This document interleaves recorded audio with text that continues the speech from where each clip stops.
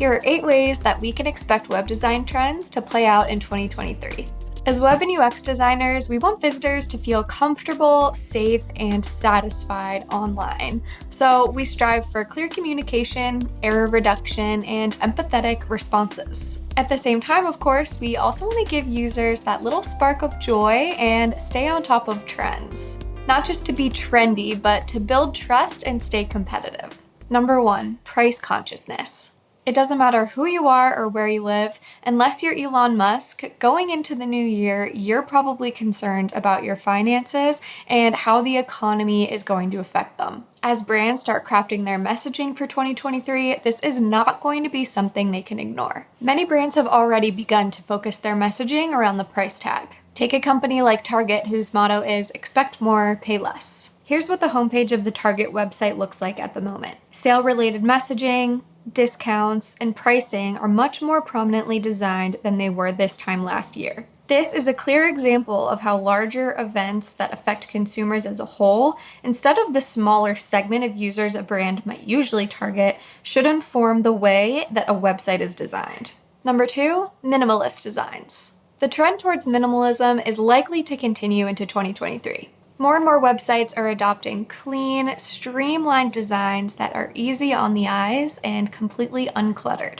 This trend is being driven by 2 main factors. First, users have become increasingly used to seeing this minimalist design style thanks to the popularity of mobile apps.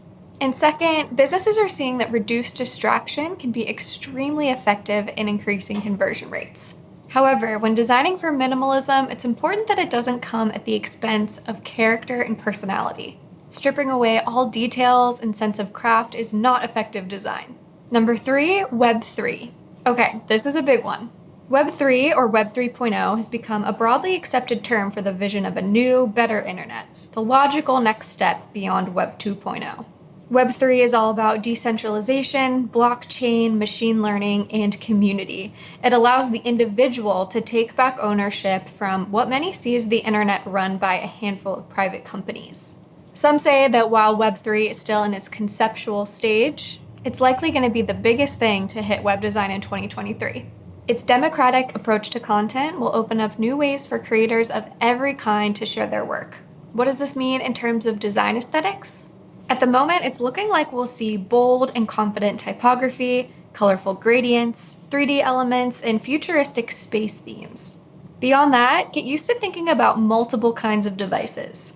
And I don't just mean desktop and mobile. We're talking about hand, eye, and voice inputs, VR, the metaverse, total accessibility. While Web3 picks up speed and as brands aim to be more inclusive, we'll also see websites continue to become more accessible.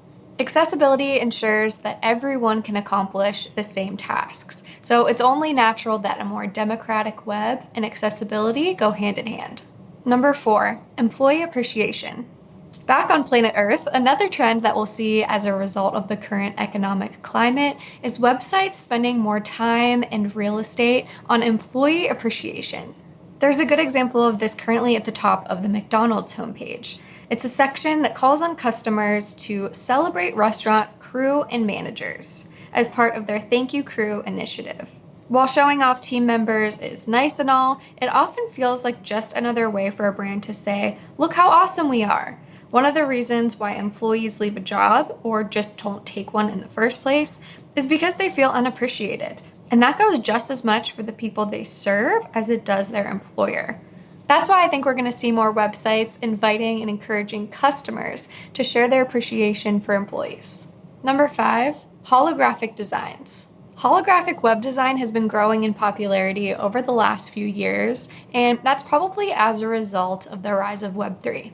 This type of design involves using holographic elements to create a 3-dimensional effect on the screen. It can be done by adding holographic images or videos to a website or by using 3D effects. Holographic design leads to naturally immersive experiences for the user, especially effective in marketing or storytelling contexts online. It can also just be used to add visual interest and excitement to a relevant website. However, it's important to use this type of design sparingly, as too much can be overwhelming and distracting, making focus really difficult. Number 6, proactive microinteractions. Microinteractions are nothing new in web design, so we already know that they're huge in making a web experience complete. Not only do they help reduce the number of errors that users make on a site, but they also make it feel more friendly, responsive, and alive. We spoke earlier about minimalism sometimes being wrongly interpreted as stripping all of the details from a website. While attention to those details can lift an ordinary website, making it exceptional. Let's use the example of the Zillow homepage search bar. What sort of micro-interactions might users expect here? For starters, the search bar changes in appearance when active or hovered over. It responds immediately to user input, displaying results that match the user's inputted text. And here, look at the delightful way the speedtest.net Go button morphs into the speed dial itself.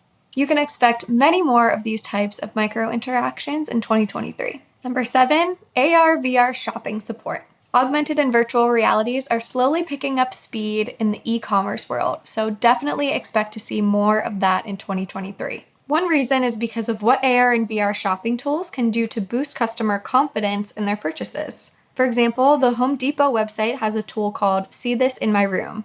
Customers can either upload a photo from their own home or use one of Home Depot's sample images. This allows them to see the product within the space before even buying it. Since I'm currently renovating my house, I've actually used this tool a lot to see what different floor tiles are going to look like in context. Number 8, data visualization for users.